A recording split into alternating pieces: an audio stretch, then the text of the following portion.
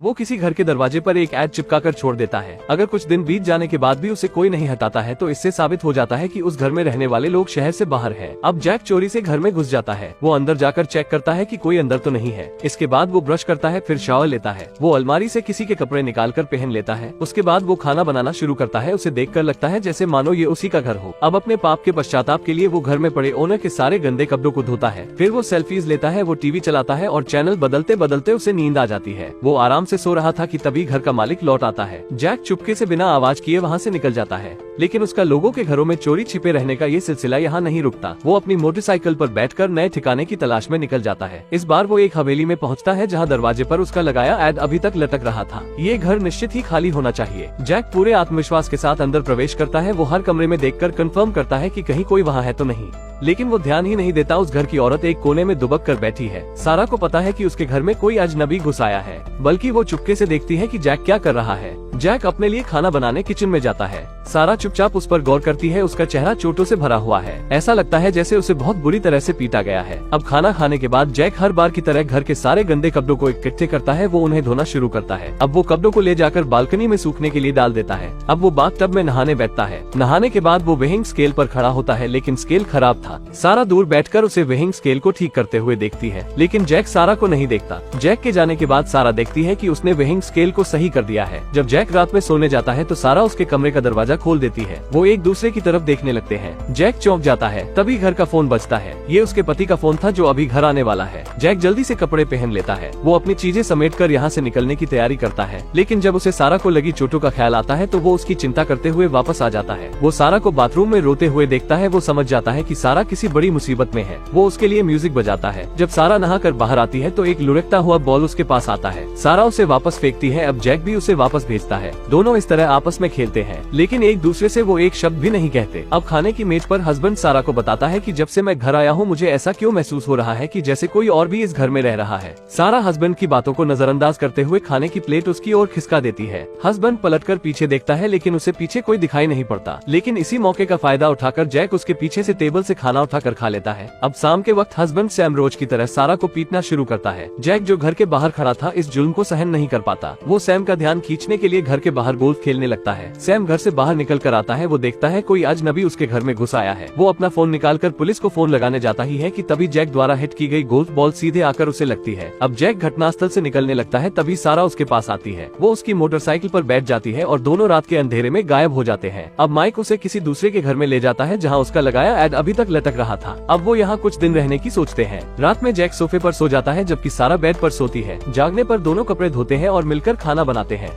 अब घर को साफ सुथरा करके वो कुछ दिन बाद एक नए घर की तलाश में निकल जाते हैं। इस बार वो एक बॉक्सर के घर में घुसते हैं। सारा और जैक मिलकर बॉक्सर के साथ एक सेल्फी लेते हैं। अब रात को दोनों सो जाते हैं, लेकिन दोनों ने नहीं सोचा था कि बॉक्सर आधी रात को घर आ जाएगा। अब दो अजनबियों को अपने घर के बेड पर लेटे देख बॉक्सर बॉक्सिंग ग्लव्स पहनकर उनके पास जाता है। वो जैक के मुंह पर एक जोर का मुक्का मारता है, लेकिन सही समय पर बॉक्सर की बीवी उसे पीछे खींच लेती है। लेकिन जब उन्हें पता चलता है कि घर में कुछ भी चोरी नहीं हुआ है तो वो जैक और सारा को जाने देते हैं। लेकिन वो दोनों हमेशा की तरह किसी दूसरे के घर में रहने के लिए निकल जाते हैं। अब दोनों एक दूसरे के पास आने लगते हैं। एक दूसरे से बिना कुछ कहे वो एक दूसरे की मन की बातों को समझने लगे थे। एक दिन वो एक कमरे में मालिक को मरा पड़ा देखते हैं। जब उनका उसके घर वालों से कोई संपर्क नहीं हो पाता, वो मिलकर उसका विधि विधान से अंतिम संस्कार कर देते हैं। इसके बाद वो घर आकर खाना बनाकर खाने लगते हैं, लेकिन तभी दरवाजे पर किसी के आने की आवाज सुनाई देती है। ये उस मृत व्यक्ति का बेटा था जो किसी जरूरी काम से शहर से बाहर गया था। वो आते ही दो अजनबियों को अपने सामने देखता है, जबकि उसके पिता वहाँ नहीं है। जैक और सारा को पुलिस अपने साथ ले जाती है। सारा की जमानत उसका पति सैम कर देता है, जबकि जैक जेल चला जाता है। जेल में जैक हवा में गोल्फ खेलता है, जिसे देख दूसरे कैदी उसे पागल समझकर हंसते हैं। जैक उनकी ओर ध्यान नहीं देता। अब कुछ ही देर में उनके बीच लड़ाई शुरू हो जाती है। अब जैक को एक अलग सेल में रख दिया जाता है। अब जैक यहाँ पर खुद को दूसरों के सामने छिपाने की कला का अभ्यास शुरू करता है। वो गार्ड से छुपने की कोशिश करता है, लेकिन जल्द ही गार्ड उसकी परछाई को देख लेता है। वो उसे अपनी लाठी घुमाकर मारता है। जैक की खूब पिटाई होती है, लेकिन जैक अपनी कला को और निखारता है। अब जब गार्ड फिर से उसके सेल में आता है तो वो जैक को देखने की बहुत कोशिश करता है, लेकिन जैक उसे कहीं दिखाई नहीं देता। अब समय बीता है और जैक को जेल से रिहाई मिल जाती है। जेल से निकलते ही सबसे पहले वो सारा को ढूंढने जाता है। सारा को अभी भी सैम प्रताड़ित कर रहा था। सैम को हमेशा ऐसा लगता था जैसे कोई घर में छिपकर रह रहा है, लेकिन वो उसे कभी नहीं देख पाया। सारा को मालूम हो गया था कि जैक वापस आ गया है। आखिरकार सारा के चेहरे पर सालों बाद मुस्कान लौट कर आती है। अब जैक हमेशा सारा के हस्बैंड के पीछे छिप कर रहता है। सारा उसके लिए खाना बनाती है, वो उसे देखकर मुस्कुराती है। सैम को लगता है वो उसे देखकर मुस्कुरा रही है और इस तरह जैक हमेशा सारा के साथ रहने लगता है। पूरी फिल्म के दौरान नायक और नायिका एक भी बार आपस में नहीं बोले। शायद उन्हें डर था कि कुछ बोलने से कहीं उनके बीच प्यार में कोई कमी न आ जाए। बिना बोले ही दोनों के बीच कमाल की अंडरस्टैंडिंग, एक कमाल का कनेक्शन था।